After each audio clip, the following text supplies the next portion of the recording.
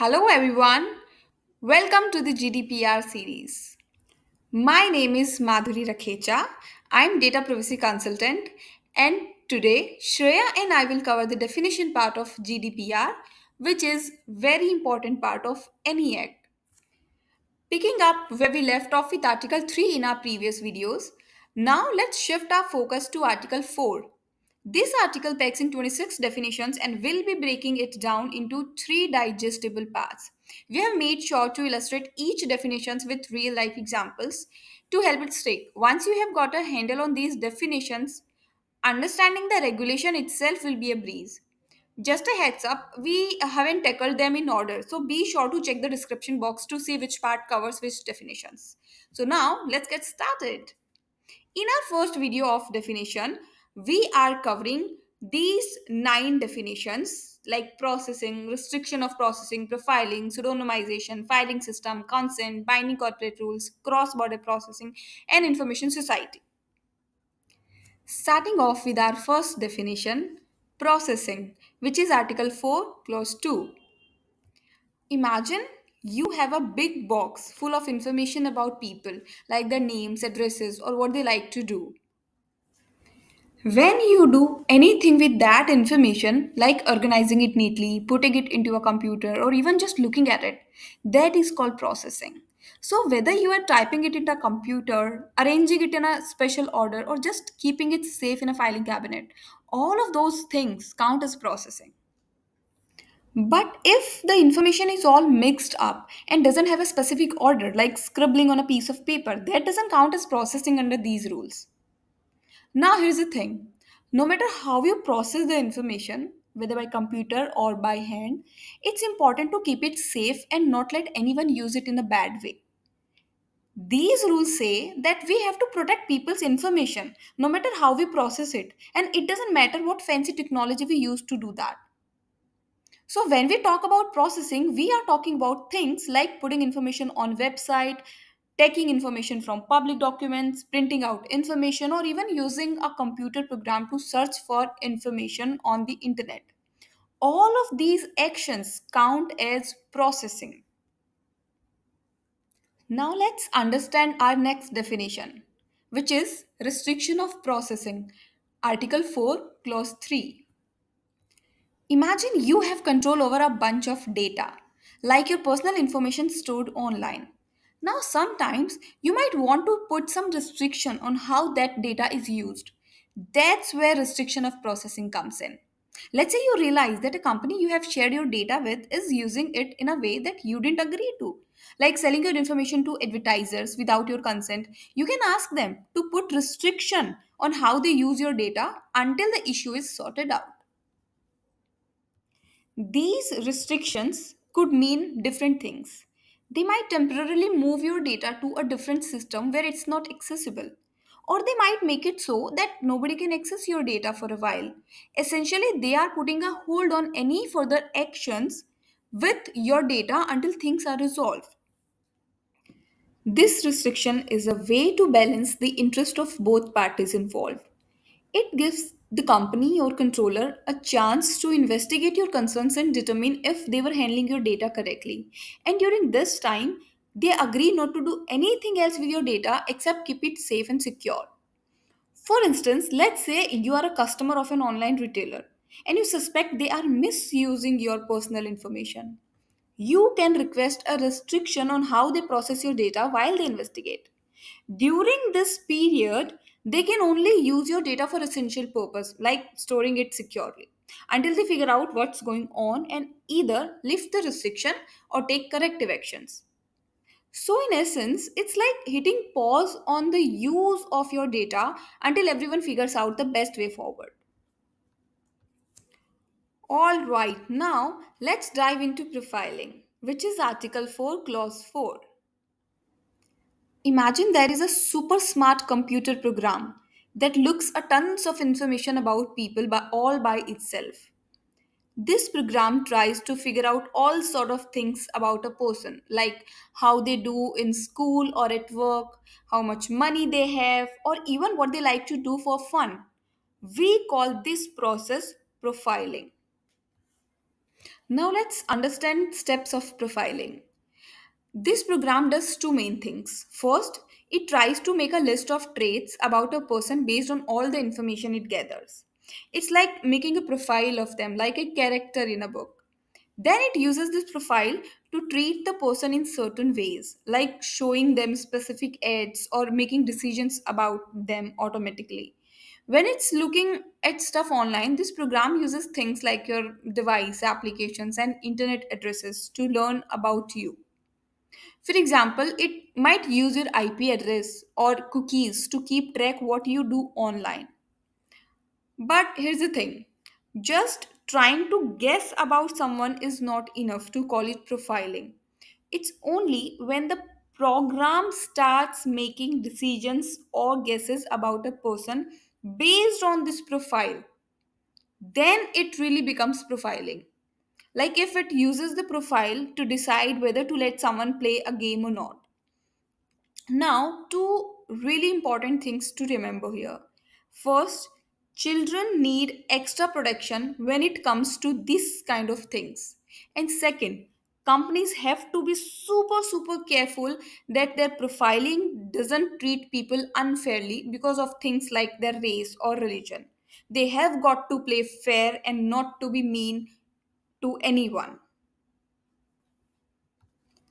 Our next definition is pseudonymization, which is Article 4, Clause 5. Pseudonymization is data protection technique. It is like giving your data a secret disguise to protect your privacy. It scrambles personal information, so it's hard to figure out who it belongs to without a special key. For instance, instead of using actual names, unique codes or nicknames are used. This method is commonly employed in sensitive areas like healthcare, where patients' information needs protection. It ensures privacy while still allowing data to be used for research or analysis without explicit consent from individuals. Techniques for pseudonymization include using secret codes, encryption, or complex algorithm to jumble up the data effectively. It's like creating a puzzle that only the right people can solve to reveal the true information. The main idea behind pseudonymization is to make sure that even if someone gets their hands on the scrambled data, they can't easily figure out who it's about. This helps protect the privacy of the people the data is about. For example, let's say you are playing a game online and you don't want to use your real name. Then you might use a made up name or ID like Super Games 123. That way, nobody knows who you really are, but you can still play the game and have fun. By pseudonymizing personal data, companies and organizations can reduce the risk of data breaches and protect the privacy of individuals. All right, now let's understand filing system, which is Article 4, Clause 6. A filing system is like a super organized way of keeping track of information, whether it's digital or on paper. It's structured so you can easily find and use the data based on specific rules or criteria. To be considered a filing system, two things must be met. The data must be organized in a file or set of files, and these files must have a specific structure for easy access. This structured approach ensures that people's privacy is respected and their data is handled responsibly. But here's the thing, not just any random pile of papers or files counts as filing system. There are two important conditions it needs to meet. First, the personal data has to be kept in some kind of organized file or set of files. And second, those files need to be structured in a specific way so it's easy to find and use the data. Now let's understand consent, which is very important definition. It is given in Article 4, Clause 11. Think of consent like choosing your toppings at pizza shop. It's like freely picking what you want, knowing exactly what you are getting and making it crystal clear. Whether you are ticking a box on a website or adjusting app settings, you are saying yes with confidence. Now, consent should be given freely. It should be specific, informed, and unambiguous indications of the data subject's wishes. But watch out. Silence or sneaky pre-tick boxes don't count. And if someone feels pressure to agree, it's a no-go. Companies better get it right, though, or they could face hefty fines. It's all about giving people control over their data and keeping things fair in the digital world.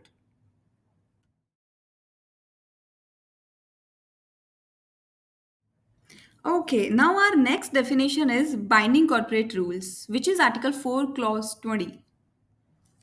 Imagine you work for a big multinational company with offices all over the world.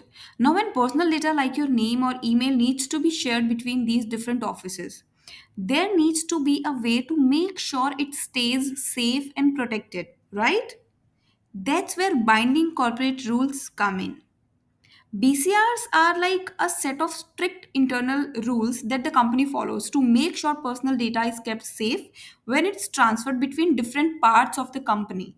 So, whether your data is going from US to Europe or from Asia to Africa, these rules ensure it's protected no matter where it goes within the company.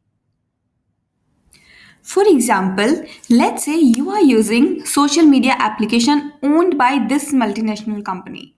Your data might be transferred between different parts of the company's network, like from the application's team in Europe to its team in Asia. BCRs make sure your data stays safe during this transfer. Now, here's the catch. These rules have to be approved by the relevant data protection authorities, and everyone in the company has to follow them. By adopting BCRs, the company shows that it's serious about protecting your personal data and following the rules set out in the GDPR, which is all about safeguarding your privacy. If a country or organization doesn't meet the standards set by the GDPR for data protection, then transferring personal data to them might not be allowed. So, to make sure everything is done properly, the company has to follow the right procedure and use things like BCRs to keep your data safe, especially when sending it to other countries. Now, let's unpack cross border processing for you, which is Article 4, Clause 23. Picture this: you have got a company with offices in different countries across Europe. When personal data is being handled in these setups, we are talking about cross border processing. Now, there are two main scenarios here. First, if a company has offices in multiple EU countries and they are all involved in handling personal data, that's cross border processing. It's like having a team in France, Germany, and Spain all working together on the same project and dealing with people's information. Second, even if a company only has one office in EU, but their activities affect people in different EU countries, that also count as cross-border processing. So let's say there is an online fashion store based in Italy. If they are selling clothes to people in France, Germany, and beyond, and handling their personal data, that falls under cross-border processing too. Our next definition is Information Society Service, which is Article 4, Clause 25. Let's break down Information Society Service for you. Imagine you are browsing the internet, shopping online, chatting on social media, or using cloud storage. These are all examples of Information Society Service. They are basically any services provided online from distance using electronic means. These services can be for individuals, business, or organizations. And the main goal is to share, store, process, or find information. This helps keep the digital market running smoothly by allowing these services to move freely between countries in the EU. Now, to understand this better, let's clarify some few things. Service refers to anything you use online that you usually pay for, like shopping on e-commerce site or subscribing to a streaming service like Netflix or Prime. It's provided electronically, meaning it's done over the internet and it's usually done at your request. Now let's understand why GDPR requires information society service providers to obtain explicit consent from users before collecting and processing their personal data, to provide users with clear and concise information about how their personal data is being collected, processed, and used. And the next one is to implement appropriate technical and organizational measures to protect personal data from unauthorized access, use, or disclosure. And the next one is to appoint a data protection officer if the service providers process large amounts of personal data or if the data processing activities are considered at high risk, to report any data breaches to the relevant authorities within 72 hours of becoming aware of the incident. So, when you are using information society services like shopping online or chatting with friends, you can trust that your personal data is being handled responsibly and securely, all thanks to the rules laid out in the GDPR. Alright, that's it for today's video. In our next video, we will cover the remaining definitions of GDPR. If you have any doubts regarding today's session, you can comment down below and we will get back to you with more details. If you are new to the channel and want to learn more about previous articles of GDPR, we will provide the links in the description box. If you liked this video, please don't forget to like, share and subscribe to the Ministry of Security YouTube channel. For more content regarding data privacy and information security, you can follow us on LinkedIn. The link is in the description box. Thank you so much. Bye bye.